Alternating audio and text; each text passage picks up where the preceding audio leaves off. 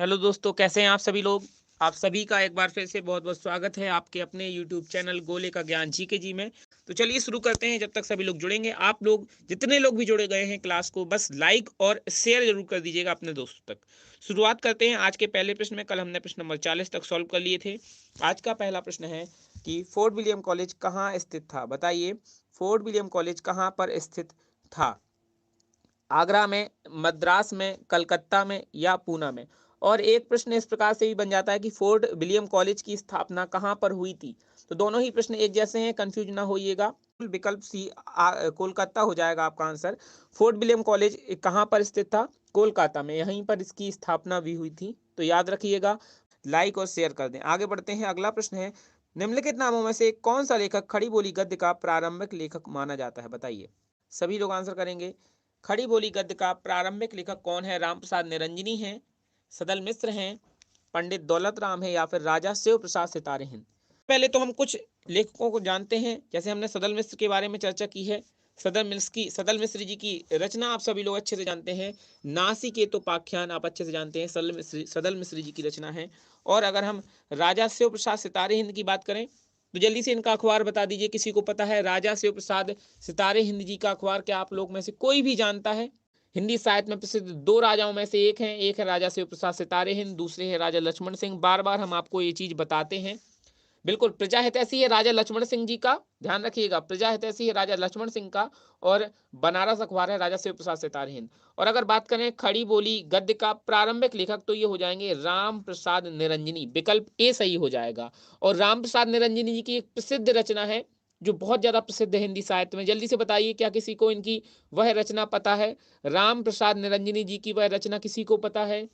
राम प्रसाद निरंजनी जी की एक प्रसिद्ध रचना है जिसका नाम है भाषा योग वासिष्ठ। पूरा नाम है ये, भाषा योग वासिष्ठ। ये पूरा नाम है, नोट कर लीजिएगा। बिल्कुल स्टार लगाकर रखिएगा, पूछ सकते हैं।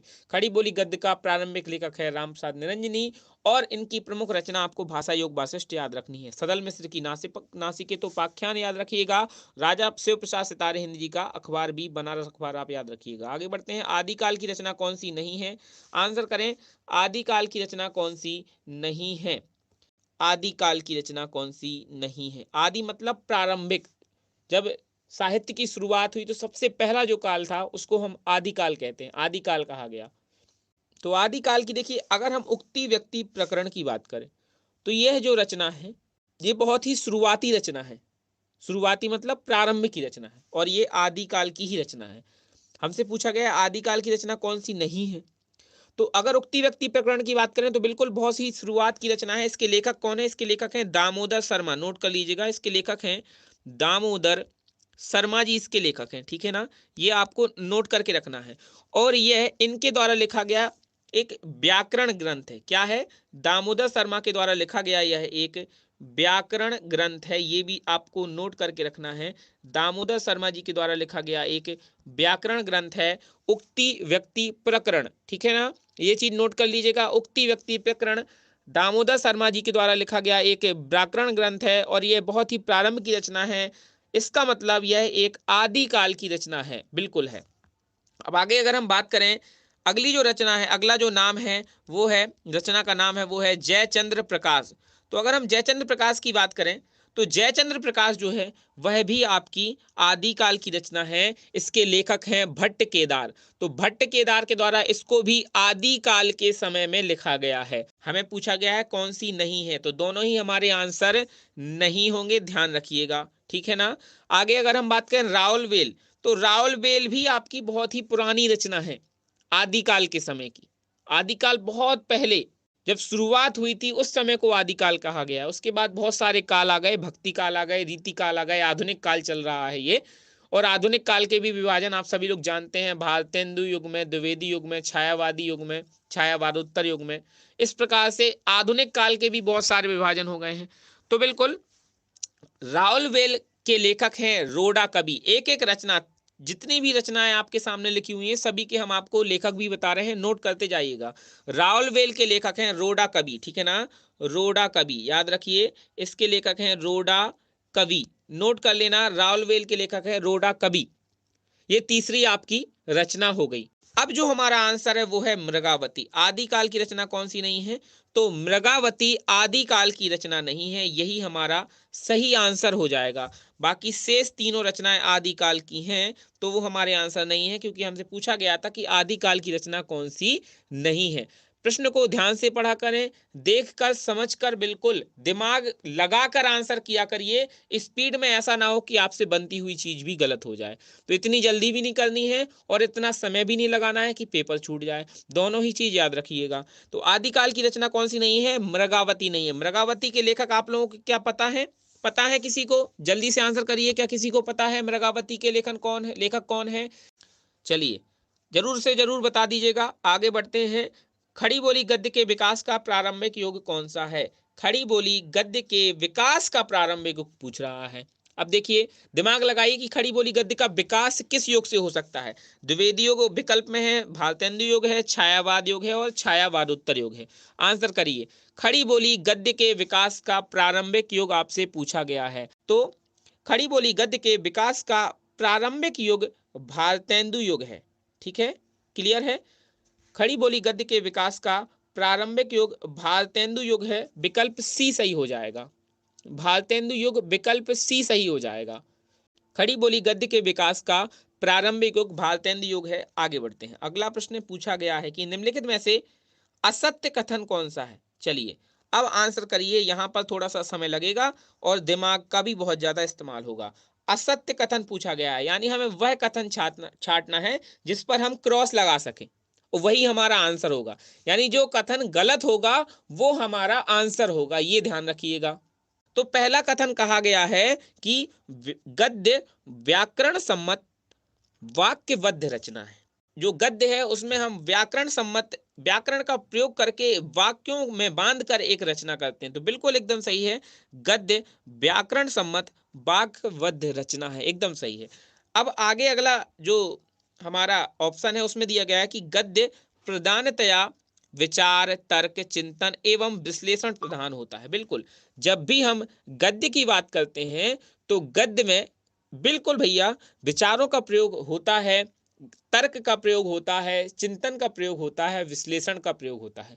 जब भी गद्य लिखा जाता है तो या तो वो किसी चीज के बारे में विचार करते हुए लिखते हैं, कुछ तर्क करते हुए लिखते हैं और चिंतन करते हुए भी लिखते हैं, और हम किसी चीज का विश्लेषण करते हुए भी लिखते हैं। तो जैसे कि अगर हम देखें तो हम गद्य में किस प्रकार की विधाएं देखते हैं? कहानी देख लेते हैं, कहानी में के अंतर्गत किसी विचार का प्रयोग किया जाता है।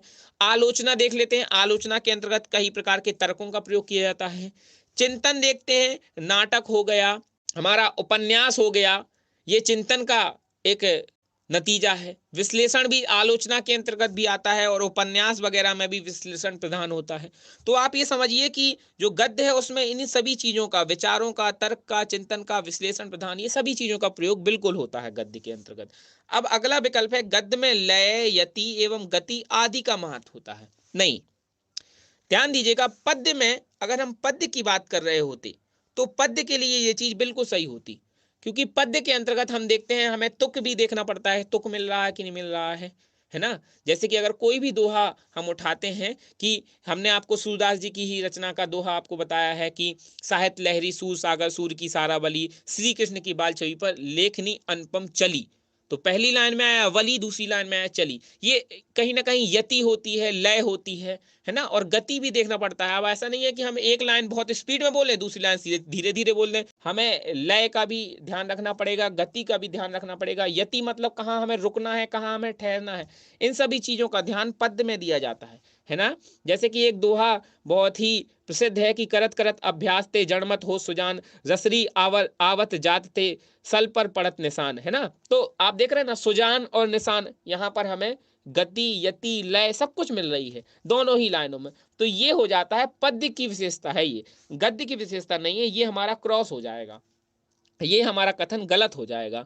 और हमें वही तो चाहिए था, असत्य कथन की पहचान करनी थी। लेकिन हम चौथा जो विकल्प है वो भी देख लेते हैं। आज का युग गद्य प्रधान, बिल्कुल भारतेंदु युग के बाद से जो प्रधानता है वो गद्य ने हासिल कर ली है।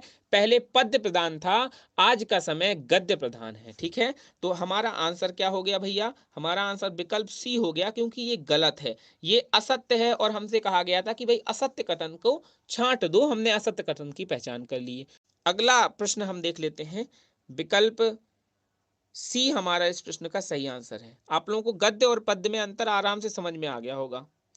अगला प्रश्न है, निम्नलिखित में से कौन सी रचना जटमल कवि की है? तो अगर हम जटमल की रचना की बात करें तो भाई सबसे पहले अगर हम नासिकेतोपाख्यान आप सभी जानते हैं सदल मिश्र जी की रचना है, तो ये तो जटमल की नहीं है, ये क्रॉस हो जाएगा। आगे अगर हम बात करें गोरा बादल की कथा, तो गोरा बादल की कथा बिल्कुल इसके लेखक हैं कवि जटमल। कौन है?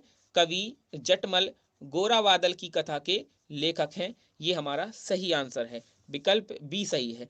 अब अगर हम चंद छंद वर्णन की महिमा की बात करें तो इसके लेखक हैं कवि गंग। कौन है? गंग कवि कह दीजिए या कवि गंग कह दीजिए, दोनों ही नाम आप ले सकते हैं, गंग कवि या कवि गंग। ठीक है, तो ये चीज भी आप नोट करके रख लीजिएगा। चौथी जो हमारा विकल्प दिया गया है नील देवी, तो नील देवी के लेखक हैं भारतेंदु हरिश्चंद्र जी, ये भी आप नोट कर लीजिएगा। चारों ही रचनाएं बिल्कुल एकदम सही आंसर है, विकल्प बी हो जाएगा। गोरा बादल की कथा जटमल कवि की रचना है। जटमल कवि की रचना है गोरा बादल की कथा। नासिकेतोपाख्यान सदल मिश्र की रचना है। चंद छंद वर्णन की महिमा कवि गंग की रचना है। और नील देवी भारतेंदु हरिश्चंद्र जी की रचना है। आगे बढ़ते हैं, अगला प्रश्न देख लेते हैं। गोरा बादल की कथा के लेखक कौन है? तो अभी बताया आपको, गोरा बादल की कथा के लेखक हैं कवि जटमल। कौन है? कवि जटमल। विकल्प बी हमारा इस प्रश्न का भी सही हो जाएगा। आगे बढ़ते हैं, अगला प्रश्न है प्रेम सागर की रचना कौन है? तो कल बताया था प्रेम में क्या बन गए? प्रेम में भैया लल्लू बन गए।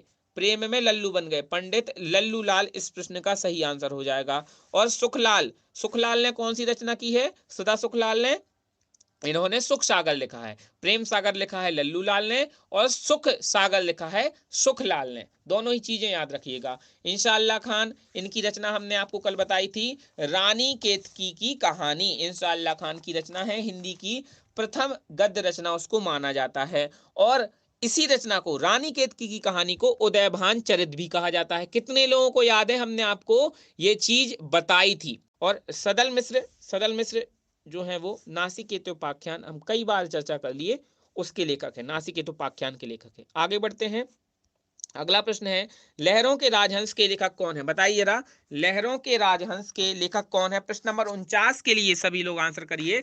लहरों के राजहंस के लेखक कौन है भाई? एकदम सही, तो मोहन राकेश। लहरों के राजहंस के लेखक हैं मोहन राकेश। ये इनका एक नाटक है। लहरों के राजहंस मोहन राकेश जी के द्वारा लिखा गया एक नाटक है। तो इसकी विधा भी आप याद रखें, एक नाटक विधा की रचना है लहरों के राजहंस। और इसके अलावा भी कुछ चीजें आप मोहन राकेश जी के प्रमुख नाटक नोट कर लीजिए। लहरों के राजहंस आधे अधूरे भी आप नोट कर लीजिए, मोहन राकेश जी का ही है। आधे अधूरे भी आप नोट करके रख लीजिए। कितने लोग कॉपी पेन लेकर बैठते हैं? जल्दी से बताइए, कितने लोग कॉपी पेन लेकर बैठते हैं? आधे अधूरे भी नोट कर लीजिएगा। लहरों के राजहंस यह मोहन राकेश जी का नाटक है। आधे अधूरे भी नाटक है। आषाढ़ का एक दिन, मोहन राकेश जी की कौन कौन सी रचनाएं बताई हैं? लहरों के राजहंस, आधे अधूरे, और एक और रचना है आषाढ़ का एक दिन। जो आषाढ़ महीना होता है ना, उसकी बात हो रही है, आषाढ़ का एक दिन। ठीक है, तो ये भी आप नोट कर लीजिएगा, ये भी इनके द्वारा लिखा गया एक नाटक है। 3 नाटक हमने चर्चा की, लहरों के राजहंस, आधे अधूरे, आषाढ़ का एक दिन। और मोहन राकेश जी का एक उपन्यास भी आप नोट करें, उनके द्वारा लिखा गया एक उपन्यास है, वो भी काफी प्रसिद्ध है, जिसका नाम है अंधेरे बंद कमरे। क्या नाम है? अंधेरे, अंधेरे बंद कमरे। ये पूरा एक उपन्यास इन्होंने लिखा है मोहन राकेश जी ने। तो ध्यान रखिए, 3 नाटक हैं, लहरों के राजहंस, आधे अधूरे, आषाढ़ का एक दिन, मोस्ट इंपॉर्टेंट है पेपर के लिए आपके, और उपन्यास है अंधेरे बंद कमरे। तो इतनी चीजें आप नोट कर लीजिएगा। आगे बढ़ते हैं, अगला प्रश्न क्या है? भारत दुर्दशा रचना किसकी है? ये पूछा गया है आपसे, आंसर करें। भारत दुर्दशा किसकी रचना है? भारत दुर्दशा किसकी रचना है? जयशंकर प्रसाद की, राम कुमार वर्मा की, भारतेंदु हरिश्चंद्र की, या फिर श्याम सुंदर दास की? तो भारत दुर्दशा से आप समझ सकते हैं, इस रचना के नाम में भारत है और इसके लेखक हैं भारतेंदु। ठीक है, याद रखिएगा इस तरह से थोड़ा सा, लेकिन जरूरी नहीं है कि हर रचना जिसके नाम में भारत है तो उसके लेखक भारतेंदु होंगे। भारत दुर्दशा से आप याद रख सकते हैं कि ये भारतेंदु जी की रचना है। ठीक है, अगर हम भारत दुर्दशा की कुछ चीजों को मिटा दें तो इनके नाम से ही हमें उस रचना का पता चल जाता है। जैसे कि क्या क्या मिटा दें, देखो ये मात्रा मिटा देते हैं हम।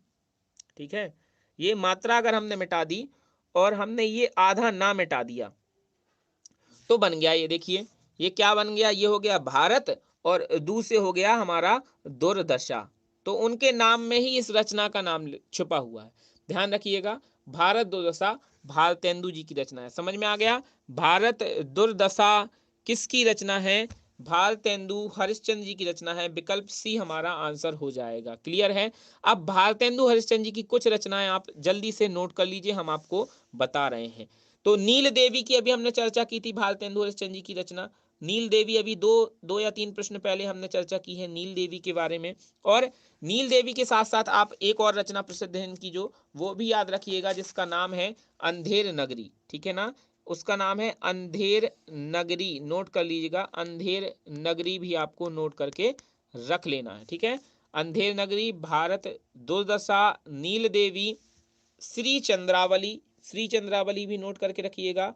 श्री चंद्रावली भी आप नोट करके रख लेंगे। और इसके अलावा आप नोट कर लीजिए वैदिकी हिंसा हिंसा न भवती, वैदिकी हिंसा हिंसा न भवती बड़ी रचना है, नोट करके रख लीजिएगा। और सत्य हरिश्चंद्र, सत्य हरिश्चंद्र भी नोट करके रख लें। सत्य हरिश्चंद्र भी आप नोट करके रख लीजिएगा, सत्य हरिश्चंद्र, ठीक है ना। इतनी रचनाएं आप नोट करके रख लीजिए भारतेंदु हरिश्चंद्र जी से। तो हरिश्चंद्र में भी इनका नाम छुपा हुआ है, भारतेंदु जी का, सत्य हरिश्चंद्र में। और वैदिकी हिंसा हिंसा न भवती, अंधेर नगरी, श्री चंद्रावली, नील देवी, भारत दुर्दशा, ये सभी रचनाएं। बिल्कुल कर्पूर मंजरी भी है, तो आप लोगों ने नोट कर लिया होगा। भारतेंदु हरिश्चंद्र जी के नाम पर ही भारतेंदु युग का नामकरण हुआ है। कहाँ से कहाँ तक इसका समय है? 1850 से 1900 ईस्वी तक बार बार चर्चा हो चुकी है। आगे बढ़ते हैं। श्री चंद्रावली नामक नाटक के लेखक कौन है, बताइए। श्री चंद्रावली नामक नाटक के लेखक कौन है? श्री चंद्रावली, तो भारतेंदु हरिश्चंद्र हमारा इस प्रश्न का आंसर हो जाएगा। आगे बढ़ते हैं। आधे अधूरे, अभी अभी हमने आपको बताया है मोहन राकेश जी का एक नाटक है आधे अधूरे। थोड़ी देर पहले जब मोहन राकेश जी की चर्चा हुई हमने आपको लिखवाया है आधे अधूरे के लेखक हैं मोहन राकेश, विकल्प बी इसका भी आंसर हो जाएगा। ठीक है, क्लियर है। आगे बढ़ते हैं। अगला प्रश्न है सूतपुत्र नाटक के रचनाकार कौन है? चलिए जल्दी से आंसर करते जाइए, ये प्रश्न बिल्कुल सरल है। सूतपुत्र यह एक नाटक है, विधा भी याद रखा करें आप लोग। सूतपुत्र नाटक के रचनाकार कौन होंगे? डॉक्टर गंगा सहाय प्रेमी, जयशंकर प्रसाद, विष्णु प्रभाकर या फिर हरिकृष्ण प्रेमी। तो सूतपुत्र नाटक के लेखक हैं, नाटक के रचनाकार हैं डॉक्टर गंगा सहाय प्रेमी। यह एक नाटक है, इसके लेखक हैं डॉक्टर गंगा सहाय प्रेमी, याद रखिएगा, इंपॉर्टेंट है तो इस पर स्टार लगा लीजिएगा। प्रश्न है रेल का विकट खेल के रचयिता कौन है? जल्दी से आंसर करिए, नहीं तो बहुत ज्यादा समय हम कंज्यूम कर रहे हैं। आंसर करिए। रेल का विकट खेल, इनके जो लेखक है उनकी पत्रिका का नाम है हिंदी प्रदीप। चलिए हमने आपको थोड़ी सी हिंट दे दी है, हिंदी प्रदीप किसकी पत्रिका है?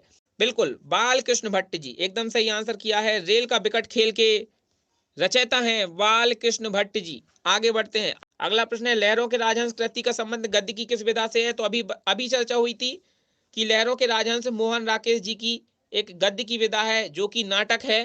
बिल्कुल विकल्प बी सही हो जाएगा। लहरों के राजहंस एक नाटक विधा की रचना है। अगला प्रश्न की अगर हम बात करें, संयोगता स्वयंवर किसकी कृति है? संयोगता स्वयंवर किसकी कृति है? तो संयोगता स्वयंवर किसकी है? पहले भी चर्चा हो चुकी है। संयोगता स्वयंवर किसकी कृति है? जल्दी से आंसर करें। संयोगता स्वयंवर किसकी कृति है? विकल्प बी लाला श्रीनिवास दास जी की कृति है संयोगिता स्वयंवर, एकदम सही आंसर है, लाला श्रीनिवास दास जी की कृति है। आगे बढ़ते हैं। हिंदी का प्रथम नाटक कौन सा है? बताइए हिंदी का प्रथम नाटक। अब यहाँ पर चारों ही रचनाओं की चर्चा हमें करनी पड़ेगी। प्रथम नाटक, प्रथम उपन्यास, प्रथम यात्रा वृतांत और प्रथम कहानी। तो अगर हम नाटक की बात करें तो नाटक है हमारा नहुस। कौन है? नहुस हिंदी का प्रथम नाटक है और इसके लेखक आप नोट कर लीजिएगा गोपाल चंद्र गिरधर दास, गोपाल चंद्र गिरधर दास जी। ठीक है, गोपाल चंद्र गिरधर दास जी आप स्वयं से नोट कर लीजिएगा। गोपाल चंद्र के आगे गिरधर दास और जोड़ लेना, उनका पूरा नाम है गोपाल चंद्र गिरधर दास। ठीक है ना। नहुस हिंदी का प्रथम नाटक है नहुस, इसके लेखक है गोपाल चंद्र गिरधर दास। अगर हम हिंदी की प्रथम कहानी की बात करें, हिंदी की प्रथम कहानी कौन सी है? तो हिंदी की प्रथम कहानी है इंदुमती। कौन सी है? इंदुमती है। बहुत सारे लोग रानी केतकी की कहानी बोलते हैं, भैया ध्यान रखा करो वह हिंदी की प्रथम गद्य रचना है, हिंदी की प्रथम कहानी नहीं है। उस रचना का नाम है रानी केतकी की कहानी, उसका मतलब ये नहीं कि वह कहानी हो गई। ठीक है ना। हिंदी की प्रथम कहानी इंदुमती है, जबकि हिंदी की प्रथम गद्य रचना है रानी केतकी की कहानी। तो ये कंफ्यूजन बिल्कुल मत पालना, नहीं तो कंफ्यूज हो जाओगे, पेपर में भी कंफ्यूज हो जाओगे। तो कहानी है, हिंदी की प्रथम कहानी है, ध्यान रखिए हिंदी की प्रथम की बात हो रही है। अभी चारों चीजें आपको हिंदी की बताई जाएंगी। हिंदी की प्रथम कहानी है इंदुमती, इसके लेखक है किशोरी लाल गोस्वामी जी, ठीक है ना, ये भी याद रखिएगा। इसके लेखक कौन है? इसके लेखक हैं किशोरी लाल गोस्वामी जी। तो ये भी आप नोट करके रख लें, किशोरी लाल आगे जोड़ लीजिएगा गोस्वामी जी, ठीक है ना, किशोरी लाल गोस्वामी। चलिए, तो अब हम बात करते हैं प्रथम उपन्यास। प्रथम नाटक पढ़ लिया, प्रथम कहानी पढ़ लिया, अब हम बात करते हैं प्रथम उपन्यास कौन सा है। तो प्रथम उपन्यास है परीक्षा गुरु। इसके लेखक हैं लाला श्रीनिवास दास जी, जो अभी हमने थोड़ी देर पहले चर्चा की है। लाला श्रीनिवास दास जी के द्वारा लिखा गया है प्रथम उपन्यास परीक्षा गुरु। क्लियर है? अब हम बात करते हैं हिंदी का प्रथम यात्रा वृतांत। यात्रा वृतांत कौन सा है? तो हिंदी का प्रथम यात्रा वृतांत है सरयू पार की यात्रा। सरयू पार की यात्रा नोट कर लीजिएगा, हिंदी का प्रथम यात्रा वृतांत है सरयू पार की यात्रा। इसके लेखक हैं भारतेंदु हरिश्चंद्र जी, ठीक है, नोट कर लें, भारतेंदु जी हैं इसके लेखक, भारतेंदु हरिश्चंद्र जी इसके लेखक हैं। चलिए आगे बढ़ते हैं। क्लियर हो गया, हिंदी का प्रथम नाटक है नहोश, इसकी रचना की है गोपाल चंद्र गिरधर दास ने। निम्नलिखित में से नाटक कौन सा है, बताइए, निम्नलिखित में से नाटक कौन सा है? त्रिशंकु, आत्मनेपद, विपथगा या फिर उत्तर प्रियदर्शी? तो नाटक है उत्तर प्रियदर्शी। इसके लेखक हैं अज्ञेय जी, नोट कर लीजिएगा, अज्ञेय जी इसके लेखक हैं। नाटक का नाम है उत्तर प्रियदर्शी। निम्नलिखित में से नाटक है उत्तर प्रियदर्शी, इसके लेखक हैं अज्ञेय जी। आगे बात करते हैं, निम्नलिखित में से कौन सी रचना नाटक है? प्रश्न नंबर 59 में भी पूछा गया है, कौन सी रचना नाटक है? तो नाटक का नाम है गरुण ध्वज। विकल्प सी आपका सही हो जाएगा।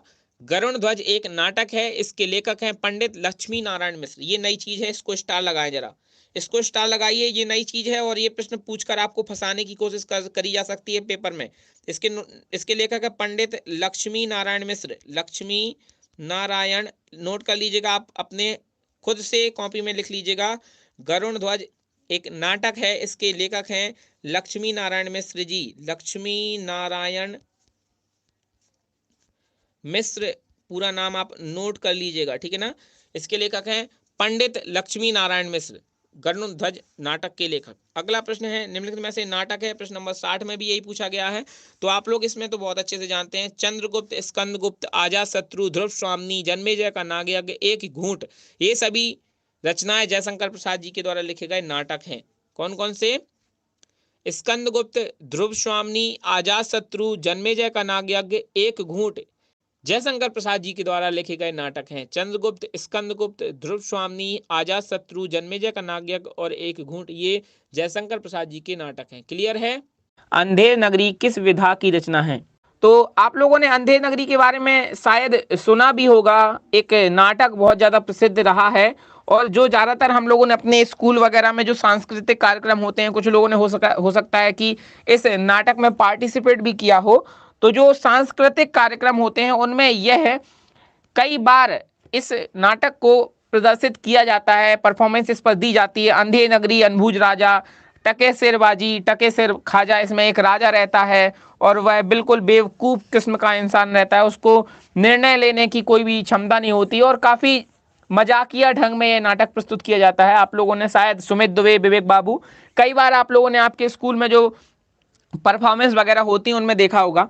तो बिल्कुल अंधेर नगरी एक नाटक है और हम सभी लोग, काफी बच्चे, मुझे ऐसा लगता है कि शायद से शायद 50% बच्चों के विद्यालय में या कहीं पर भी उन्होंने इस प्रकार के नाटक का परफॉर्मेंस जरूर देखा होगा। अंधेर नगरी एक नाटक है बिल्कुल, और इसके लेखक हैं भारतेंदु हरिश्चंद्र जी। नोट कर लीजिएगा, इसके लेखक कौन है?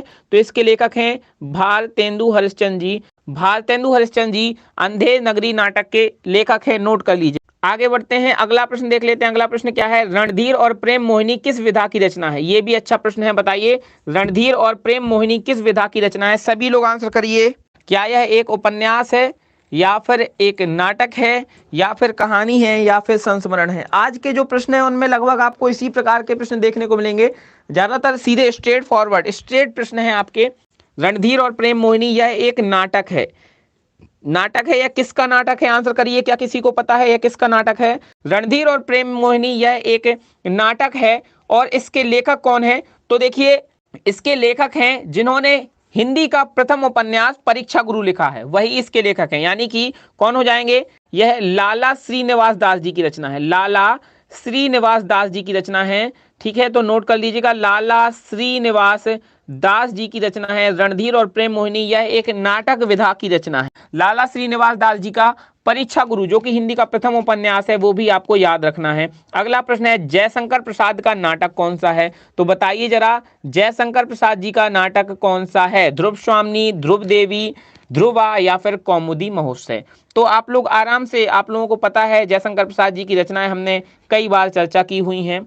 अगर हम बात करें जयशंकर प्रसाद जी के नाटक की, तो आपके सामने आपको तुरंत याद आ जाना चाहिए, जब भी जयशंकर प्रसाद जी की बात हो तुरंत उनके नाटक कौन कौन से, चंद्रगुप्त, स्कंदगुप्त, आजाद शत्रु, ध्रुव स्वामिनी, जन्मेजय का नाग यज्ञ, ये सभी के सभी नाटक आपको तुरंत याद आना चाहिए। तो उसमें कौन सा हमारा अभी चर्चा हुई, चंद्रगुप्त, स्कंदगुप्त, आजाद शत्रु और ध्रुव स्वामिनी भी उसमें आता है। जयशंकर प्रसाद जी का नाटक है ध्रुव स्वामिनी, आजाद शत्रु, जन्मेजय का नागयज्ञ, चंद्रगुप्त, स्कंदगुप्त, ये आपको याद रखने हैं जयशंकर प्रसाद जी के नाटक। जयशंकर प्रसाद जी की कहानी कौन कौन सी हैं, इंद्रजाल, आकाशदीप, आंधी, छाया, प्रतिध्वनि, कहानियां हैं जयशंकर प्रसाद जी की। उपन्यास कौन कौन से हैं, कंकाल, तितली, इरावती, इरावती अपूर्ण उपन्यास है। ये सभी चीजें कौन बताएगा, बताइए। डेली के डेली हम आपको बोलते हैं, ताकि आप लोगों को ही तैयार हो जाए, पेपर में कुछ भी आए तो आप लोग यहाँ पर कंफ्यूज ना हो, रट जाएं एक एक चीज। क्लास में ही मैं पूरी कोशिश करता हूँ आपको रटवाने की। जयशंकर प्रसाद जी का नाटक है ध्रुव स्वामिनी। अगला प्रश्न है, अंधेर नगरी के रचनाकार, अभी हमने चर्चा की है, यह प्रश्न सरल है। अंधेर नगरी के रचनाकार भारतेंदु हरिश्चंद्र जी हो जाएंगे। हिंदी साहित्य का जनक इनको कहा जाता है, इनके नाम पर ही भारतेंदु युग का नामकरण हुआ है। भारतेंदु युग का समय 1850 ईस्वी से 1900 ईस्वी के बीच का समय माना जाता है। भारतेंदु हरिश्चंद्र जी ने बहुत सारी पत्रिकाओं का संपादन किया है, जिसमें से कवि वचन सुधा, बाला बोधनी, हरिश्चंद्र चंद्रिका, हरिश्चंद्र मैगजीन का नाम बहुत ज्यादा उल्लेखनीय है।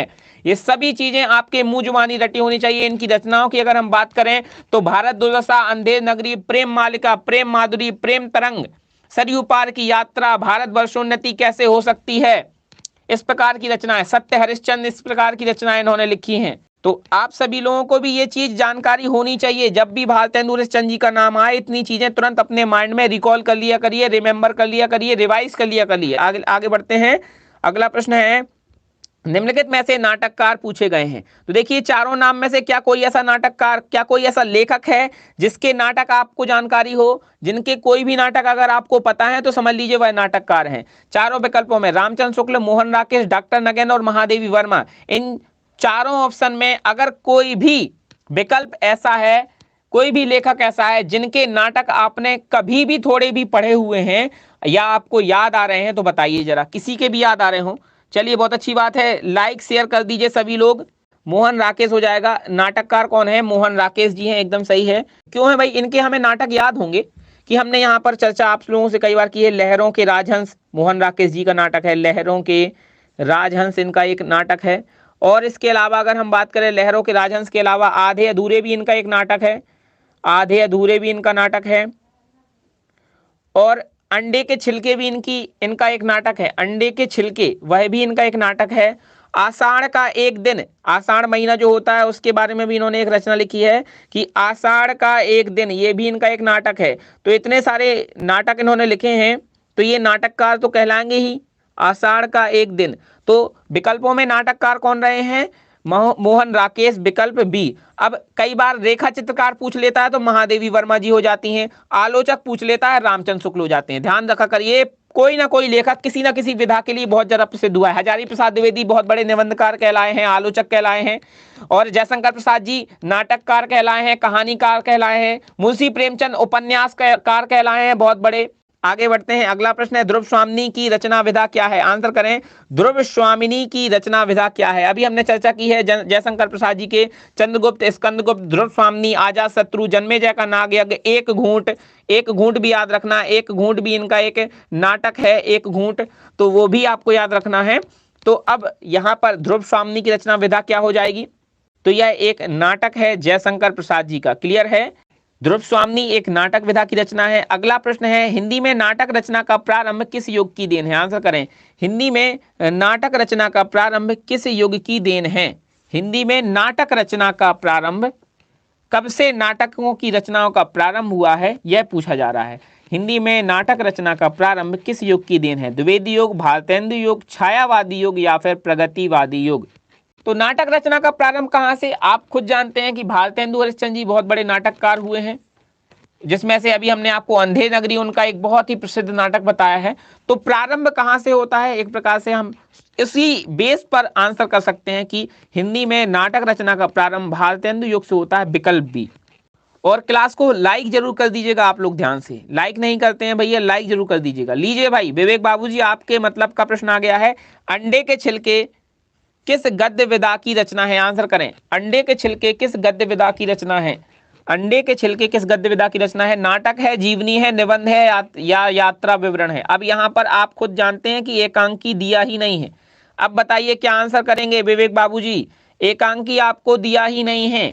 अब एक अंक का जो नाटक होता है उसको एकांकी कहा जाता है, तो होता तो वो नाटक ही है, बशर्ते वह सिर्फ एक अंक का होता है। नॉर्मली जो नाटक है जैसे कि अंधे नगरी भी है, वो हमें 5-6 अंकों में देखने को मिलता है। कोई नाटक 4 अंक, 2 यानी 2 अंक से अधिक ही होते हैं नाटक में। लेकिन एकांकी ऐसा नाटक होता है जिसमें सिर्फ एक अंक होता है। तो आपका अंडे के छिलके किस गद्य विधा की रचना है? तो अंडे के छिलके एक नाटक विधा की रचना है। अगला प्रश्न है, हिंदी एकांकी का विकास किस युग से माना जाता है? तो एकांकी का विकास की बात कर रहे हैं कि किस युग से माना जाता है। हिंदी एकांकी का विकास कब से शुरुआत हुई, कहां से, किस युग से उसके विकास को माना जाता है? तो भारतेंदु युग में तो ये एकांकी बिल्कुल भी चलन में नहीं थी, क्योंकि नाटक का समय था।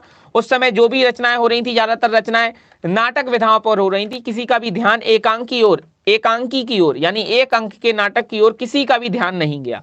लेकिन एकांकी का विकास कहां से माना जाता है? जब से राम कुमार वर्मा जी की शुरुआत हुई। राम कुमार वर्मा जी की शुरुआत कहां से हुई? उनकी शुरुआत छायावादी युग से हुई। विकल्प का सही हो जाए। तो राम कुमार वर्मा जी की शुरुआत से ही हिंदी एकांकी विकसित होने लगी, विकास की ओर बढ़ने लगी, और उनको हिंदी एकांकी का जनक भी इसीलिए कहा जाता है। राम कुमार वर्मा जी ने बहुत सारी एकांकी रचनाएं लिखी हैं, जिनमें से दीपदान बहुत प्रसिद्ध हुई। दीपदान उनकी बहुत ज्यादा प्रसिद्ध रचना है, और शायद दीपदान आप लोगों यूपी बोर्ड के होंगे, उनके सिलेबस में भी हो सकता है दीपदान किसी के में हो, क्योंकि एकांकी हमें पढ़ने को मिलती है यूपी बोर्ड से, या तो 10th में या 12th में किसी ना किसी के सिलेबस में एकांकी, दीपदान नाम से एकांकी होगी शायद से। चलिए आगे बढ़ते हैं। हिंदी एकांकी का विकास किस युग से? तो छायावादी युग से। यहां तक आप लोगों को क्लियर है? राम कुमार वर्मा इसके हिंदी एकांकी के जनक माने जाते हैं। चलिए आगे बढ़ते हैं। अगला प्रश्न है, हिंदी एकांकी के जनक कौन माने जाते हैं? अभी हमने चर्चा की हिंदी एकांकी के जनक कौन माने जाते हैं, तो राम कुमार वर्मा जी, है ना। हिंदी एकांकी के जनक कौन माने जाते हैं? राम कुमार वर्मा जी माने जाते हैं। प्रश्न नंबर 70 का विकल्प सी सही हो जाएगा। किस युग से? तो छायावादी युग से, क्योंकि राम कुमार वर्मा आपके छायावादी युग के समकालीन थे। आगे बढ़ते हैं। आवारा मसीहा के रचनाकार कौन है? बताइए, आवारा मसीहा के रचनाकार कौन है? ये तो सरल प्रश्न है, जल्दी से आंसर कर दीजिए तो हम आगे बढ़ जाएं। जल्दी से कमेंट करके बताइए, आवारा मसीहा के रचनाकार कौन है? अज्ञे, यशपाल, विष्णु प्रभाकर या फिर मोहन राकेश? बताइए। विष्णु प्रभाकर, विकल्प सी सही हो जाएगा। आवारा मसीहा के रचनाकार हैं विष्णु प्रभाकर। आगे बढ़ते हैं। क्लास को आप लोग लाइक जरूर कर दें और शेयर जरूर कर दीजिएगा। आगे अगला प्रश्न है, तपोभूमि रचना किस विधा की है? तपोभूमि किस विधा की रचना है? अब क्योंकि हम यहाँ पर सिर्फ विधा की बात नहीं करेंगे, यहाँ पर हम इनके लेखक की भी बात करेंगे। बताइए जरा, तपोभूमि किस विधा की रचना है? ध्यान दीजिए, काफी सारे लोग गलत आंसर कर रहे हैं, इसको सुधारिए। उपन्यास विधा की रचना है। तपोभूमि किस विधा की रचना है? तपोभूमि उपन्यास विधा की रचना है। तपोभूमि उपन्यास विधा की रचना है। इसके लेखक कौन है? तो इसके लेखक ध्यान रखिएगा, इसके लेखक हैं जैनेन्द्र कुमार जी। कौन है? जैनेन्द्र कुमार जी इसके लेखक हैं, नोट कर लीजिएगा। परख, सुनीता, त्यागपत्र, तपोभूमि, ये सभी चीजें, ये सभी उपन्यास जैनेन्द्र कुमार जी के हैं, हमने आपको बताए हुए हैं। मैं लिख देता हूं, नोट कर लीजिएगा। परख, सुनीता, त्यागपत्र, ये सभी उपन्यास 1, 2, 3 और चौथा तपोभूमि, चारों उपन्यास विधा के हैं और चारों ही जैनेन्द्र कुमार जी के हैं। परख, सुनीता, त्यागपत्र, तपोभूमि, ये उपन्यास जैनेन्द्र कुमार जी के हैं। क्लियर है? चलिए आगे बढ़ते हैं। उम्मीद है आप लोगों को मजा आ रहा होगा। अगला प्रश्न है, परीक्षा गुरु के रचनाकार कौन है? देखिए, परीक्षा गुरु अब परीक्षा गुरु की जैसे ही बात होती है तो आपको क्या याद करना है, क्या बताया हमने, तैयारी उसी की बेहतरीन मानी जाएगी जो एक प्रश्न से 10 प्रश्न बना दे। एक प्रश्न की बात हो 10 प्रश्न बना दे। अब क्योंकि परीक्षा गुरु की बात हुई है तो परीक्षा गुरु किस विधा की रचना है, यह एक उपन्यास विधा की रचना है, क्योंकि इसको हिंदी का प्रथम उपन्यास भी माना जाता है। यह हिंदी का प्रथम उपन्यास है परीक्षा गुरु। इसके लेखक कौन है, इसके लेखक हैं लाला श्रीनिवास दास जी। कौन है इसके लेखक भैया, कौन है इसके लेखक, लाला श्रीनिवास दास जी इसके लेखक है। परीक्षा गुरु के रचनाकार लाला श्रीनिवास दास जी हैं। इसको हिंदी की प्रथम उपन्यास भी माना जाता है, उपन्यास विधा पर आधारित है। और हमने अभी आपको लाला श्रीनिवास दास जी की एक नाटक बताया था, रणधीर और प्रेम मोहिनी। रणधीर और प्रेम मोहिनी आपको एक नाटक भी लाला श्रीनिवास दास जी का हमने बताया था। यह नाटक विधा का है, ध्यान रखिएगा, यह नाटक है और परीक्षा गुरु उपन्यास है लाला श्रीनिवास दास जी का। अब चूंकि परीक्षा गुरु हिंदी का प्रथम उपन्यास है तो हम अन्य जो विधाएं हैं उनकी रचना कैसे छोड़ दें। हिंदी के प्रथम नाटक की भी हम बात करेंगे तो हिंदी का प्रथम नाटक है नहोश। नोट कर लीजिएगा, हिंदी का प्रथम नाटक है नहोश। इसके लेखक हैं गोपाल चंद्र गिरधरदास जी। हिंदी की प्रथम कहानी की भी हम बात करेंगे। हिंदी की प्रथम कहानी कौन सी है, तो हिंदी की प्रथम कहानी है इंदुमती। इंदुमती के लेखक कौन है, किशोरी लाल गोस्वामी जी। हिंदी का प्रथम उपन्यास, हिंदी की प्रथम कहानी, हिंदी का प्रथम नाटक हमने चर्चा कर लिया। अब हिंदी का प्रथम यात्रा वृतांत, तो हिंदी का प्रथम यात्रा वृतांत कौन सा है, सरयू पार की यात्रा। इसके लेखक कौन है, भारतेंदु हरिश्चंद्र जी। अब हम बात करते हैं जहां पर बच्चे सबसे ज्यादा कंफ्यूज होते हैं, हिंदी की प्रथम गद्य रचना में आकर बच्चे सबसे ज्यादा कंफ्यूज होते हैं। वो समझते हैं कि रानी केतकी की कहानी हिंदी की प्रथम कहानी है। नहीं भैया, हिंदी की प्रथम कहानी तो है इंदुमती किशोरी लाल गोस्वामी जी की। लेकिन अगर हम हिंदी की प्रथम गद्य रचना की बात करें, प्रथम गद्य रचना की अगर हम बात करें तो वह हो जाती है रानी केतकी की कहानी। और हमने आपको एक बात बताई थी कि रानी केतकी की जो कहानी नामक रचना है, रानी केतकी की कहानी नाम से जो रचना है, इसका एक और नाम है, इसका एक और नाम है। बताइए जरा, किसी को पता है रानी केतकी की कहानी का दूसरा नाम क्या है। इसकी रचना तो इंसान खान ने की है, लेकिन इसको दो नाम दिए हैं, एक दिया है रानी केतकी की कहानी और इसका दूसरा नाम क्या है, बताइए किसी को पता है भाई।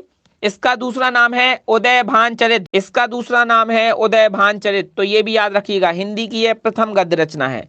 क्लियर है, क्या बताया हमने कि आप अगर एक प्रश्न से 10 प्रश्न बना पा रहे हैं ना, आपको 10 प्रश्न की डिटेल में घुसने की हिम्मत है, इतना नॉलेज हो गया है, समझ लीजिए कि हिंदी साहित्य आपकी तैयार हो गई है। आगे बढ़ते हैं, राग दरबारी किस विधा की रचना है, बताइए राग दरबारी किस विधा की रचना है। सभी लोग आंसर करेंगे प्रश्न नंबर 74 के लिए। राग दरबारी किस विधा की रचना है, क्या यह एक नाटक है, उपन्यास है, रेखा चित्र है या फिर संस्मरण है। तो रेखा चित्रकार कौन रही है, महादेवी वर्मा रही हैं।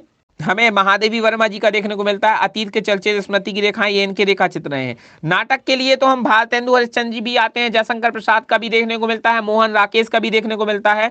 अब राग दरबारी की अगर हम बात करें तो राग दरबारी यह एक उपन्यास विधा की रचना है। इसके लेखक कौन है, किसी को पता है। राग दरबारी यह उपन्यास विधा की रचना है, इसके लेखक किसी को पता है क्या। इसके लेखक हैं श्री लाल शुक्ल जी। क्लियर है, श्री लाल शुक्ल जी इसके लेखक हैं। क्लियर है, श्रीलाल शुक्ल।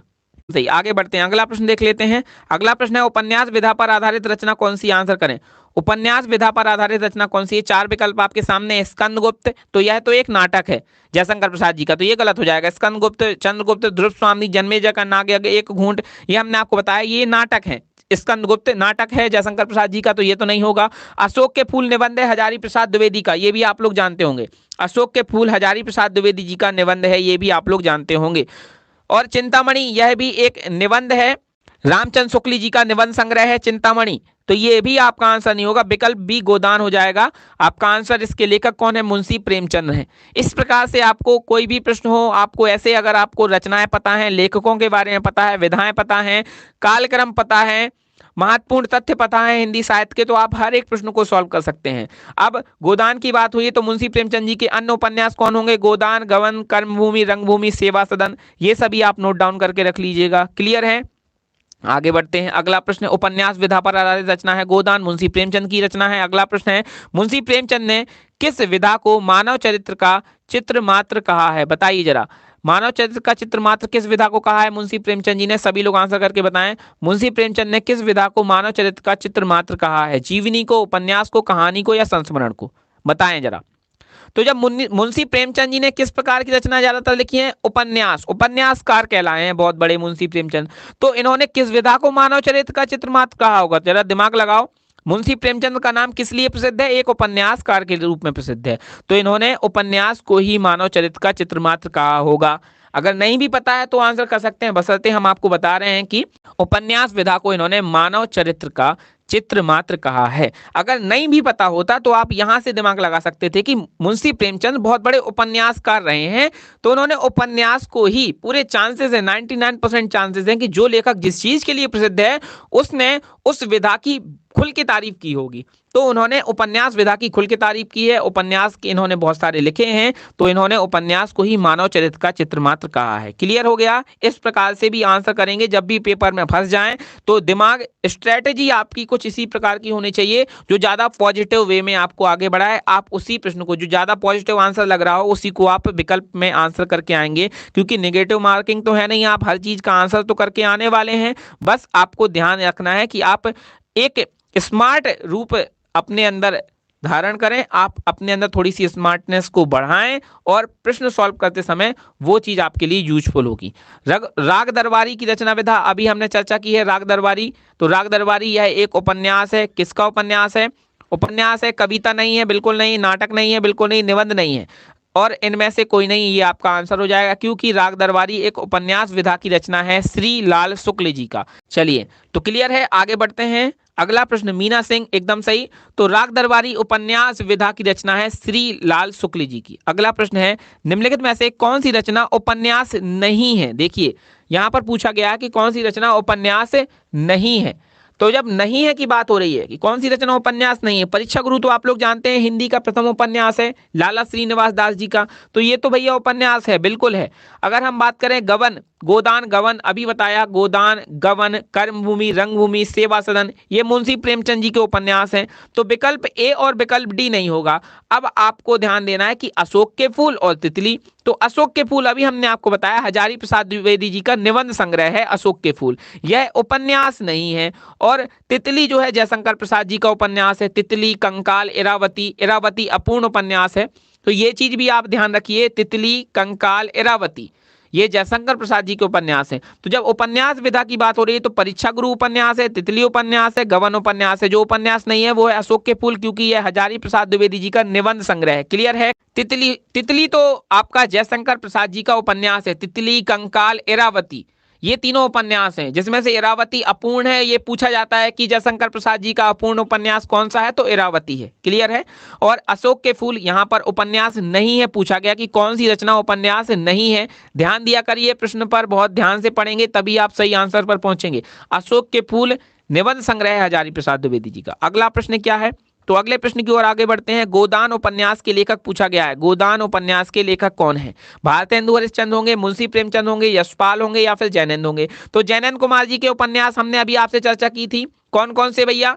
कौन कौन से? परख, सुनीता, त्यागपत्र, तपोभूमि, ये जैनंद कुमार जी के उपन्यास अभी हमने आपको बताए थे। चारों के चारों आप नोट डाउन करके रख लीजिए, अभी के अभी अपने कॉपी में, अपने नोट्स में लिख लीजिए। परख, सुनीता, त्यागपत्र, तपोभूमि, ये जैनेन्द्र कुमार जी के, जैनंद कुमार जी के उपन्यास हैं, चारों नोट कर लीजिएगा। और मुंशी प्रेमचंद जी का उपन्यास हो जाएगा बिल्कुल विकल्प बी, फिर से नोट कर लीजिएगा। मुंशी प्रेमचंद जी के गोदान, गवन, कर्मभूमि, रंगभूमि, सेवा सदन, ये सभी उपन्यास मुंशी प्रेमचंद के आपके उंगलियों पर नाचने चाहिए भैया।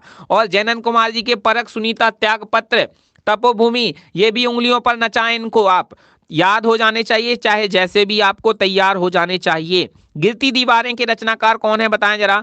गिरती दीवारें के रचनाकार कौन है? गिरती दीवारें के रचनाकार उपेंद्र नाथ अश्क होंगे, शिव प्रसाद सिंह होंगे, अज्ञे होंगे या फिर राम बिलास शर्मा होंगे? बताइए। गिरती दीवारें, प्रश्न नंबर 80 के लिए आंसर करें। गिरती दीवारें के रचनाकार कौन होंगे? उपेंद्र नाथ अश्क, शिव प्रसाद सिंह, अज्ञे या फिर राम बिलास शर्मा, कौन होंगे? तो गिरती दीवारें किसकी रचनाएं हैं? गिरती दीवारें उपेंद्र नाथ अश्क की रचना है। गिरती दीवारें, गिरती दीवारें किसकी रचना है? उपेंद्र नाथ अश्क की। अगला प्रश्न है, कौन सी रचना उपन्यास विधा की नहीं है, ये पूछा गया है। बताइए जरा, कौन सी रचना उपन्यास विधा की नहीं है? यानी कि यहाँ पर 3 रचनाएं उपन्यास होंगी, कोई एक रचना ऐसी होगी जो उपन्यास नहीं होगी। ठीक है ना। प्रश्न नंबर 81 के लिए आंसर करें तो कौन सी रचना उपन्यास नहीं है, ये पूछा गया है आपसे। गबन आप लोग अच्छे से जानते हैं। गबन यह गोदान गबन कर्मभूमि रंगभूमि सेवा सदन ये मुंशी प्रेमचंद जी का उपन्यास है, बिल्कुल है। तो ये आपका आंसर नहीं होगा क्योंकि ये तो उपन्यास भैया है। हमसे पूछा गया कौन सी नहीं है, तो ये तो है। अगर हम निस्सहाय हिंदू की बात करें तो निस्सहाय हिंदू राधा कृष्ण दास जी का उपन्यास है। किसका उपन्यास है? राधा कृष्ण दास जी का यह एक उपन्यास है। तो इसको भी नोट कर लीजिएगा, राधा कृष्ण दास जी का उपन्यास है निस्सहाय हिंदू। अगर हम अब बात करें कि 100 अजान एक सुजान, तो 100 अजान एक सुजान यह बाल कृष्ण भट्ट जी का उपन्यास है। किसका उपन्यास है? बाल कृष्ण भट्ट जी, हिंदी प्रदीप वाले बाल कृष्ण भट्ट। याद रखा करो, जब भी बाल कृष्ण भट्ट की बात हो उनकी हिंदी प्रदीप पत्रिका आपको याद आ जानी चाहिए। तो 100 अजान एक सुजान बाल कृष्ण भट्ट जी का उपन्यास है। अब जो उपन्यास नहीं है वो है बंगाल का अकाल। कौन सा नहीं है? बंगाल का अकाल, विकल्प डी हो जाएगा। यह उपन्यास विधा की रचना नहीं है। आगे बढ़ते हैं, अगला प्रश्न, प्रश्न नंबर 81 आपको क्लियर हो गया होगा। आगे बढ़ते हैं, चारूचंद्र लेख के रचनाकार कौन है? आंसर करिए, चारूचंद्र लेख के रचनाकार कौन है? तो एक हिंट दे देते हैं, पहले आप विकल्प देख लीजिए, महावीर प्रसाद द्विवेदी, हजारी प्रसाद द्विवेदी, अज्ञेय या फिर जैनन कुमार। कौन हो सकते हैं चारूचंद्र लेख के रचनाकार? तो हिंट दे देते हैं कि जो चारूचंद्र लेख के रचनाकार हैं उन्होंने अशोक के फूल नाम से एक निबंध लिखा है। बताइए जरा, अब आपको हिंट दे दी है, अब आंसर करिए, चारूचंद्र लेख के रचनाकार कौन है? विकल्प बी जैन हजारी प्रसाद द्विवेदी, एकदम सही। अब क्योंकि हजारी प्रसाद द्विवेदी जी की बात हो रही तो इनकी रचनाएं भी आप नोट कर लीजिएगा। अभी हमने बताया अशोक के फूल, कुटज भी नोट कर लीजिएगा, कुटज भी इनकी प्रसिद्ध रचना है। और इसके अलावा कल्पलता भी नोट कर लें, कल्पलता, कल्पलता भी आप नोट करके रख लीजिए। कल्पलता, कुटज, अशोक के फूल, बाण भट्ट की आत्मकथा, ये भी नोट करिए। पुनर्नवा, ये भी इंपॉर्टेंट है और पूछी गई है पहले भी, हजारी प्रसाद द्विवेदी जी की पुनर्नवा भी आप नोट कर लें, पुनर्नवा भी आप नोट करके रखेंगे, पुनर्नवा। अनाम दास का पोथा, अनाम दास का पोथा भी नोट करके रखेंगे, हजारी प्रसाद द्विवेदी जी की रचनाएं हैं। तो चारूचंद्र लेख के रचनाकार कौन है? हजारी प्रसाद द्विवेदी जी। आगे बढ़ते हैं, अगला प्रश्न है, चारूचंद्र लेख की विधा क्या है? तो बताएं, चारूचंद्र लेख की विधा क्या है? हजारी प्रसाद द्विवेदी जी ने किस विधा में चारूचंद्र लेख की रचना की है? यह एक कहानी है, उपन्यास है, निबंध है या नाटक है? निबंध नहीं होगा, ये ध्यान रखिएगा। इसीलिए यह प्रश्न पूछा गया है क्योंकि निबंधकार के रूप में हजारी प्रसाद द्विवेदी प्रसिद्ध हुए हैं, लेकिन इन्होंने चारूचंद्र लेख नाम से उपन्यास भी लिखा हुआ है। विकल्प बी उपन्यास आपका सही आंसर हो जाएगा। चारूचंद्र लेख हजारी प्रसाद द्विवेदी जी का उपन्यास है, ध्यान रखेंगे। आगे बढ़ते हैं, अगला प्रश्न क्या है, कायाकल्प के रचनाकार कौन है? मुंशी सदा सुखलाल होंगे, भारतेंदु हरिश्चंद्र होंगे, जयशंकर प्रसाद होंगे या प्रेमचंद होंगे? कायाकल्प के रचनाकार कौन है? प्रश्न नंबर 84 के लिए आंसर करेंगे। तो अब जब मुंशी सदा सुखलाल की बात हो रही है तो सुख सागर रचना आपको याद आ जानी चाहिए। ये हमारा आंसर नहीं है, ध्यान दीजिएगा, आंसर नहीं है, सिर्फ हम बता रहे हैं। सदा सुखलाल का जैसे ही नाम का जिक्र होता है तो आपको सुख सागर रचना का याद आ जाना चाहिए। बशर्ते कायाकल्प जो है वह मुंशी प्रेमचंद जी की रचना है, बिल्कुल मुंशी प्रेमचंद जी की रचना है। तो भैया कायाकल्प के रचनाकार कौन है? मुंशी प्रेमचंद हैं। आगे बढ़ते हैं, और सदा सुखलाल जी सुख सागर के रचनाकार हैं और प्रेम सागर लल्लू लाल की है, ये भी बात आप याद रखिएगा। आगे बढ़ते हैं, अगला प्रश्न है, नूतन ब्रह्मचारी किस विधा की रचना है? बताएं जरा, नूतन ब्रह्मचारी किस विधा की रचना है? नूतन ब्रह्मचारी किस विधा की रचना है? अभी हमने आपको 100 अजान एक सुजान बताया था, यह उपन्यास है बालकृष्ण भट्ट का। और नूतन ब्रह्मचारी भी याद रखिएगा, नूतन ब्रह्मचारी भी यह एक उपन्यास है बालकृष्ण भट्ट का। तो आपको नूतन ब्रह्मचारी और 100 अजान एक सुजान, ये दोनों उपन्यास बालकृष्ण भट्ट जी के नाम से नोट डाउन कर लेने हैं। कौन कौन से? 100 अजान एक सुजान और नूतन ब्रह्मचारी, ये दो उपन्यास नोट कर लीजिएगा। 100 अजान एक सुजान और नूतन ब्रह्मचारी दोनों ही उपन्यास हैं बालकृष्ण भट्ट के। आगे बढ़ते हैं, अगला प्रश्न है, नूतन ब्रह्मचारी के रचनाकार कौन है? तो अभी चर्चा की, नूतन ब्रह्मचारी और 100 अजान एक सुजान ये दोनों बालकृष्ण भट्ट की रचनाएं हैं, दोनों ही एक उपन्यास विधा की रचनाएं हैं, ये याद रखिएगा। नूतन ब्रह्मचारी 100 अजान एक सुजान दोनों ही बालकृष्ण भट्ट जी के उपन्यास हैं। आगे बढ़ते हैं, अगला प्रश्न क्या है, आगे बढ़ते हैं। आप लोग क्लास खत्म होने के बाद भी क्लास को देख सकते हैं और नोट्स जरूर बना के रखिएगा। जरूरी बात यह है कि नोट्स बनाते चलिए। हजारी प्रसाद द्विवेदी जी का उपन्यास कौन सा है बताइए? मृगनयनी, बाणभट्ट की आत्मकथा, तितली या फिर गोदान? आंसर करें। तो अभी हमने आपको बताई थी वैसे रचनाएं, अगर आप लोगों ने ध्यान से सुनी होंगी तो आपको बिल्कुल बन जाएंगी। तितली जयशंकर प्रसाद जी का है। मृगनयनी की अगर हम बात करें तो मृगनयनी वृंदावन लाल वर्मा जी का उपन्यास है। मृगनयनी किसका है? वृंदावन लाल वर्मा जी का उपन्यास है। तितली जयशंकर प्रसाद जी का उपन्यास है। कंकाल भी जयशंकर प्रसाद जी का है। इरावती, यह एक अपूर्ण उपन्यास है जयशंकर प्रसाद जी का। तो कंकाल, तितली, इरावती ये जयशंकर प्रसाद जी के नाम से आप नोट डाउन किया करें। मृगनयनी वृंदावन लाल वर्मा जी का है, अभी बताया आपको। मृगनयनी है वृंदावन लाल वर्मा जी का, वृंदावन लाल वर्मा जी का है, इसको भी आप नोट करके रख लेंगे। वृंदावन लाल वर्मा जी का है मृगनयनी। और गोदान आप अच्छे से जानते हैं, मुंशी प्रेमचंद जी का है। बाणभट्ट की आत्मकथा, विकल्प बी हमारा सही आंसर हो जाएगा। हजारी प्रसाद द्विवेदी जी का यह एक उपन्यास है। इसके अलावा अशोक के फूल याद रखिएगा इनकी रचनाओं में आप। कल्पलता याद रखिएगा, कुटज याद रखिएगा, ये आपके निबंध हैं, ध्यान रखिएगा। चारू चंद्रलेख की अभी हमने बात की थी, हजारी प्रसाद द्विवेदी जी का उपन्यास है। और बाणभट्ट की आत्मकथा ये भी हजारी प्रसाद द्विवेदी जी का उपन्यास है। आगे बढ़ते हैं। अगला प्रश्न क्या है? अगला प्रश्न है आपका, तितली उपन्यास के रचनाकार। अभी हमने चर्चा की तितली, कंकाल, इरावती, ये आपके जयशंकर प्रसाद जी के उपन्यास हैं। क्लियर है? तितली, कंकाल, इरावती ये जयशंकर प्रसाद जी के उपन्यास है, नोट डाउन करके रखिएगा। इरावती इनका अपूर्ण उपन्यास है, जिसको ये पूरा नहीं कर पाए। आगे बढ़ते हैं। अगला प्रश्न क्या है? निम्नलिखित में से कौन सी रचना उपन्यास है बताएं जरा। तो अगर हम यहाँ पर ध्यान दें तो बहुत ही आसानी से हम प्रश्न का आंसर कर सकते हैं, क्योंकि उपन्यास की बात हो रही है और गोदान हम जानते हैं मुंशी प्रेमचंद जी का एक बहुत ही प्रसिद्ध उपन्यास है, मुंशी प्रेमचंद जी का। तो यहाँ पर तो आसानी से हम आंसर कर सकते हैं। अब हम अन्य रचनाओं पर भी चर्चा कर लें तो कामायनी तो एक महाकाव्य है, जयशंकर प्रसाद जी का महाकाव्य है कामायनी। और साकेत, साकेत मैथिली शरण गुप्त जी का महाकाव्य है, ध्यान रखिएगा। कामायनी जयशंकर प्रसाद जी का महाकाव्य है और साकेत मैथिली शरण गुप्त जी का महाकाव्य है। तो ये दोनों ही उपन्यास विधा की रचनाएं नहीं हैं। और स्कंदगुप्त जयशंकर प्रसाद जी का नाटक है, तो नाटक है तो ये भी उपन्यास विधा का नहीं है। सिर्फ गोदान आपका उपन्यास विधा का है, इसके लेखक है मुंशी प्रेमचंद। क्लियर है? आगे बढ़ते हैं। अगला प्रश्न क्या है? प्रेमचंद का उपन्यास कौन सा नहीं है? तो चारों विकल्प देख लीजिए जरा।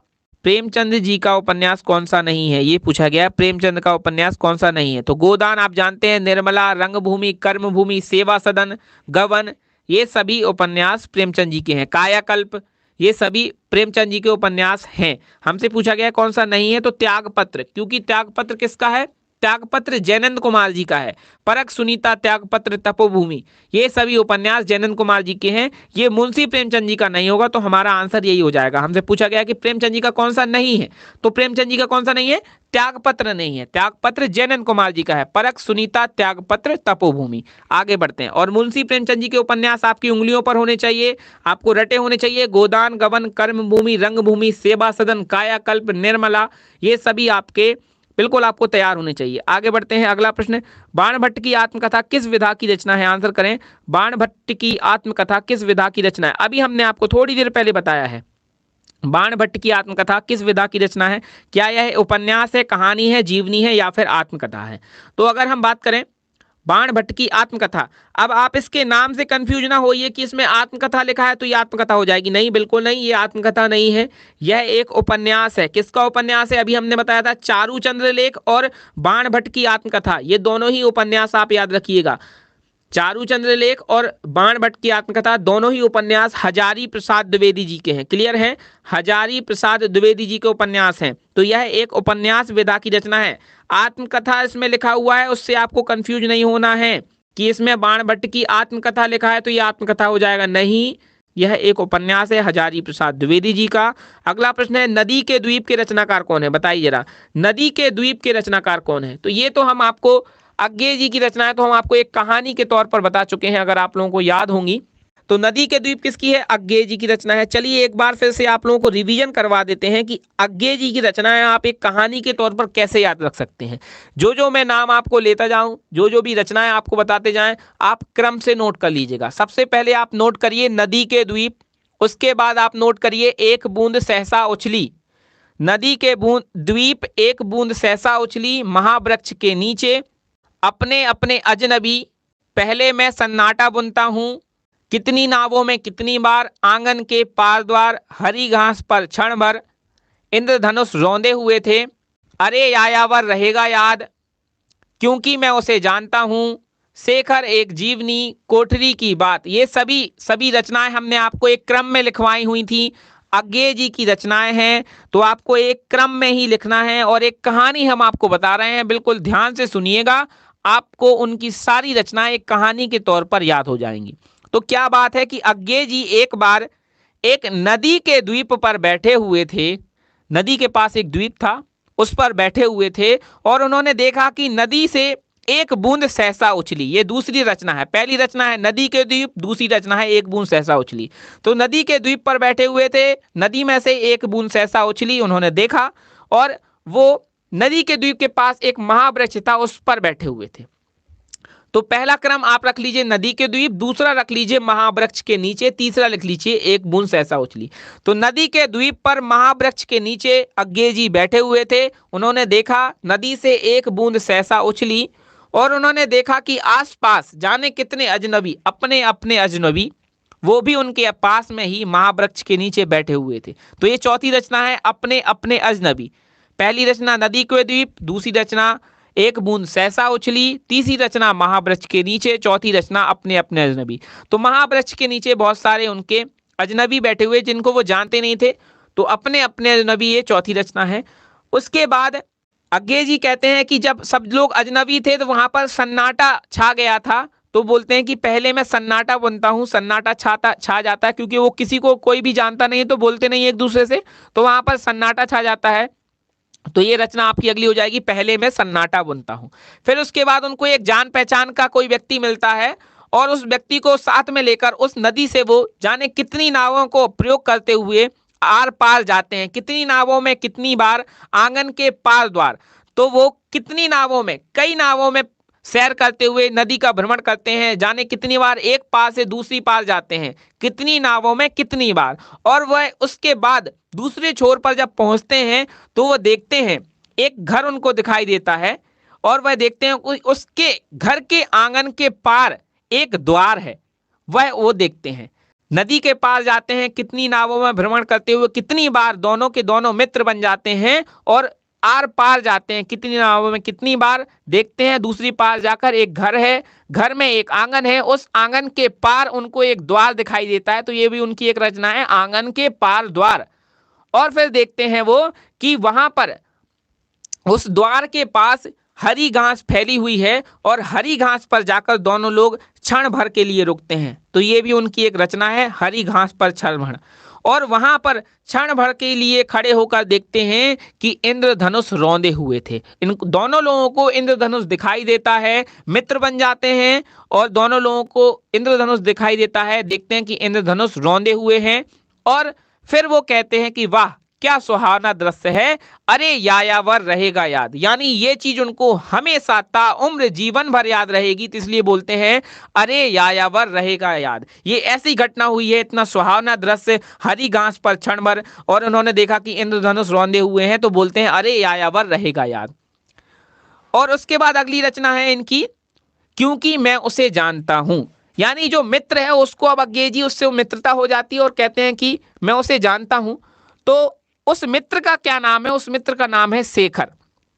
शेखर उनको एक जीवनी सुनाता है, शेखर उनको एक जीवनी सुनाता है। दोनों ही उस घर के अंदर चले आते हैं, उस द्वार के अंदर चले आते हैं, और कहते हैं कि क्योंकि मैं उसे जानता हूं, जो कि मेरा मित्र है शेखर। शेखर उनको एक जीवनी सुनाता है, और दोनों के दोनों बैठकर कोठरी में यह बात करते हैं। क्लियर है? तो ये सभी रचनाएं अज्ञेय जी की आप ट्रिक के माध्यम से याद रख सकते हैं, कहानी के माध्यम से याद रख सकते हैं। जो क्रम हमने आपको बताया है, वो ये कहानी इसलिए बताई गई है कि हो सकता है पेपर में मान लीजिए शेखर एक जीवनी पूछ लिया जाए, तो आप तुरंत याद करेंगे कि सर ने बताया था कि अज्ञेय जी ने एक मित्र बनाया था। उस रचनाओं की जो कहानी है उसमें उस मित्र का नाम था शेखर, तो शेखर एक जीवनी आपको याद रहेगा। कोठरी की बात याद करेंगे कि सर ने बताया था उस कहानी के अंत में दोनों कोठरी में बैठकर बात करते हैं, घर के अंदर वो कोठरी होती है उसमें बैठकर बात कर सकते हैं, बात करते हैं। तो आपको ये भी याद रहेगा, कितनी नावों में कितनी बार याद रहेगी, आंगन के पार द्वार भी याद रहेगी, महावृक्ष के नीचे भी याद रहेगी, और अपने अपने अजनबी याद रहेगी। ठीक है, क्लियर है? तो कहानी इसलिए बताइए ताकि ये सभी रचनाएं आपको याद बनी रहें। आगे बढ़ते हैं, अगला प्रश्न क्या है? शेखर एक जीवनी, अभी बात हुई, देखिए शेखर एक जीवनी, शेखर नाम का वह व्यक्ति जो अज्ञे जी का मित्र हो जाता है, वो कहते हैं कि क्योंकि मैं उसे जानता हूं जो जिसका नाम शेखर है, वह उनको कोठरी में बैठकर एक जीवनी सुनाता है। अभी अभी हमने आपको बताया, क्लियर है। शेखर एक जीवनी किसकी हो जाएगी? सच्चिदानंद हीरानंद वासैन अज्ञे जी को हो जाएगी। तो कहानी सिर्फ इसलिए बताई है ताकि आपको उनकी रचनाएं एग्जाम हॉल में जब आप बैठे हो, सॉल्व कर रहे हो, और इनमें से कोई भी रचनाएं फंसेगी, आप तुरंत याद कर लेंगे कि सर ने कहानी में शेखर नाम के व्यक्ति का जिक्र किया था जो उनको कोठरी में बैठकर उनको जीवनी सुनाता है। क्लियर है, आगे बढ़ते हैं। शेखर एक जीवनी के लेखक हैं सच्चिदानंद हीरानंद वासैन अज्ञे। आगे बढ़ते हैं, अगला प्रश्न क्या है? अज्ञे जी की रचनाएं भी आपने क्रम से नोट कर ली होंगी। अगला प्रश्न है, मुंशी प्रेमचंद ने कौन सा उपन्यास लिखा है? बताइए जरा, मुंशी प्रेमचंद जी ने कौन सा उपन्यास लिखा है? तो अगर हम चंद्रकांता की बात करें, चंद्रकांता किसका है? देवकी नंदन खत्री जी का है। ये मुंशी प्रेमचंद जी का कतई नहीं है। परीक्षा गुरु हिंदी का प्रथम उपन्यास है, ये लाला श्रीनिवास दास जी का है भैया, मुंशी प्रेमचंद जी का नहीं है। मुंशी प्रेमचंद जी का आप देख पा रहे होंगे गोदान, गोदान गवन कर्मभूमि रंगभूमि सेवा सदन, ये सभी रचनाएं मुंशी प्रेमचंद जी के उपन्यास है, नोट कर लीजिएगा। बार बार पूछा गया तो अब तो रट गया होगा आप लोगों को। अगला प्रश्न क्या है? अगला प्रश्न देख लेते हैं। अगला प्रश्न है, सुनीता विधा की दृष्टि से रचना है, यानी किस विधा की रचना है? कहानी है, निबंध है, आलोचना है या उपन्यास है? तो थोड़ी देर पहले हमने आपको परख, सुनीता और त्यागपत्र, तपोभूमि ये रचनाएं बताई थी। कौन कौन सी? परख, सुनीता, त्यागपत्र और एक और रचना थी तपोभूमि। ये रचनाएं हमने आपको बताई थी कि ये रचनाएं जैनन कुमार जी के उपन्यास हैं। तपोभूमि, परख, सुनीता, त्यागपत्र। तो सुनीता विधा की दृष्टि से किसकी हो जाएगी? यह विधा की दृष्टि से आपके उपन्यास विधा की रचना हो जाएगी, विकल्प डी। सुनीता विधा की दृष्टि से उपन्यास विधा की रचना है, जैनन कुमार जी की रचना है। आगे बढ़ते हैं, अगला प्रश्न है, बलचनमा, बलचनमा उपन्यास किसका है? बताइए, बलचनमा उपन्यास किसका है? आंसर करें, ये नया प्रश्न है, थोड़ा सा यहां पर हो सकता है बच्चों को कंफ्यूजन हो, तो इस पर एक स्टार लगा लीजिएगा। जो भी चीज हमें थोड़ा टफ लगती है उसको हम जब बार बार रिवीजन करते हैं, इस प्रश्न को रिवीजन की जरूरत है। आप 4 बार इसका रिवीजन कर लेंगे, आपको अगली बार इस रचना में कोई भी दिक्कत नहीं आएगी। और रचनाएं हमेशा रिवीजन से ही याद होती हैं। अगर हम बोल पा रहे हैं आपके समक्ष, इतनी सारी रचनाओं की चर्चा कर पा रहे हैं, वो सिर्फ इसी वजह से क्योंकि उसका रिवीजन कम से कम 20-20, 25-25 बार हो गया है, इसलिए हमें इतनी रचनाएं याद रहती हैं। तो बलचनमा उपन्यास किसका है? बलचनमा उपन्यास है नागार्जुन का, विकल्प बी आंसर हो जाएगा आपका। ना तो अमरकांत का है, ना ही फणीश्वरनाथ रेणु का है, ना ही अमृत राय का है। क्लियर है, विकल्प बी हो जाएगा, उपन्यास नागार्जुन जी का है ये बलचनमा उपन्यास, नागार्जुन जी का है, विकल्प बी। क्लियर है, आगे बढ़ते हैं। अगला प्रश्न क्या है? गुनाहों का देवता किसकी कृति है? आंसर करें, गुनाहों का देवता किसकी कृति है? सभी लोग आंसर करें। तो ये तो आपकी रचना रटी हुई होगी आपको। गुनाहों का देवता किसकी है? हजारी प्रसाद द्विवेदी की, गुलाब राय की, धर्मवीर भारती की, या फिर रघुवीर सहाय की? चारों में से किसकी हो जाएगी? तो भाई ये हो जाएगी धर्मवीर भारती, विकल्प सी। गुनाहों का देवता किसकी कृति है? धर्मवीर भारती जी की है। क्लियर है, आगे बढ़ते हैं। कुछ प्रश्न और हैं, बस जल्दी से रुके रहिए, बस पूरी क्लास लेकर जाइएगा। कर्म भूमि के रचयिता कौन है? बताएं, कर्म भूमि के रचयिता कौन है? कर्म भूमि, रंगभूमि अभी बताई, सेवा सदन कौन हो जाएंगे? मुंशी प्रेमचंद हो जाएंगे ना। मुंशी प्रेमचंद जी का उपन्यास है कर्मभूमि, तो ये आपको तैयार हो चुका है अब तो। प्रेमचंद कर्मभूमि के रचयिता है प्रेमचंद, ये प्रेमचंद जी का उपन्यास है। आगे बात करें, अगला प्रश्न, श्री जैनन कुमार का उपन्यास कौन सा है? तो अभी हमने आपको कौन कौन से बताए, परख बताया, सुनीता बताया, त्यागपत्र बताया, तपोभूमि बताया। गोदान तो मुंशी प्रेमचंद जी का है, आप जानते हैं। बाण भट्ट की आत्मकथा और चारू चंद्रलेख ये हैं आपके हजारी प्रसाद द्विवेदी जी के। मृगनयनी किसका है? मृगनयनी वृंदावन लाल वर्मा जी का है। ये तो वृंदावन लाल वर्मा जी का उपन्यास है मृगनयनी की, अगर हम बात करें तो आपका जो बचा हुआ है वो है त्यागपत्र। परख, सुनीता, त्यागपत्र ये हमने आपको अभी बताया है, ये जैनन कुमार जी के उपन्यास हैं। क्लियर है, आगे बढ़ते हैं। आज का अंतिम प्रश्न है आपका, हिंदी का प्रथम मौलिक उपन्यास कौन सा माना जाता है? तो यहाँ पर जरूरत नहीं थी कि प्रथम भी लिखते और मौलिक भी लिखते। अगर सिर्फ ये भी लिखा होता कि हिंदी का मौलिक उपन्यास कौन सा है, या ये भी लिखा होता कि हिंदी का प्रथम उपन्यास कौन सा है, तो भी आपका प्रश्न कोई भी दिक्कत नहीं थी, आपका आंसर वही होना है। ठीक है, तो हिंदी का मौलिक उपन्यास कहें या प्रथम उपन्यास कहें कौन सा माना जाता है? प्रश्न नंबर 100 के लिए आंसर करेंगे सभी लोग। बिल्कुल, विकल्प सी, परीक्षा गुरु, लाला श्रीनिवास दास जी द्वारा रचित परीक्षा गुरु हिंदी का मौलिक उपन्यास, हिंदी का प्रथम उपन्यास माना जाता है। परीक्षा गुरु इसके लेखक हैं लाला श्रीनिवास दास। क्लियर है, चलिए तो क्लास कैसी लगी बताइएगा कमेंट करके। जो लोग बाद में क्लास देखे हैं वो लोग भी कमेंट करके जल्दी से बता दीजिएगा कि क्लास आपको कैसी लगी। उम्मीद है आप लोग अपना नोट्स बनाते चल रहे होंगे। तब तक के लिए स्वस्थ रहिए, मस्त रहिए, पढ़ते रहिए, खूब तैयारी करते रहिए, आगे बढ़ते रहिए। जय हिंद, जय भारत।